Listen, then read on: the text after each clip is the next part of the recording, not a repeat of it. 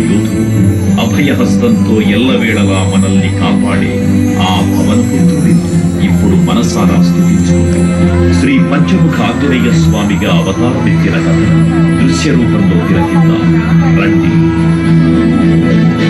ఆంజనేయం ప్రసన్నాంజనేయం ప్రసాదిత్యకాయం ప్రకీర్తిప్రదాయం భజే వాయుపుత్రం భజే బాలగాత్రం భజేహం పవిత్రం భజే సూర్యమిత్రం భజే రుద్రరూపం భజే బ్రహ్మతేజం.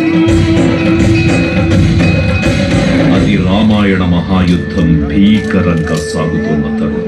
శ్రీరామచంద్రుని సారథ్యంలో వానర సైన్యంతో విజృంభిస్తూ లక్ష్మణస్వామి తనతో పోరాటం చేస్తున్న రావణుడి కుమారుడు ఇంద్రజిత్ తలని బాణంతో ఒక్క వేటుతో వేరు చేశాడు.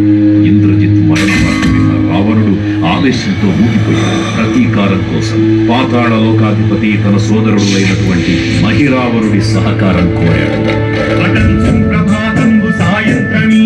సంకీర్తనలు చేసి నీ రూపు వర్ణించి నీ మీద నే దండకం ప్రకటించేయ నీ మూర్తిగా వించి నీ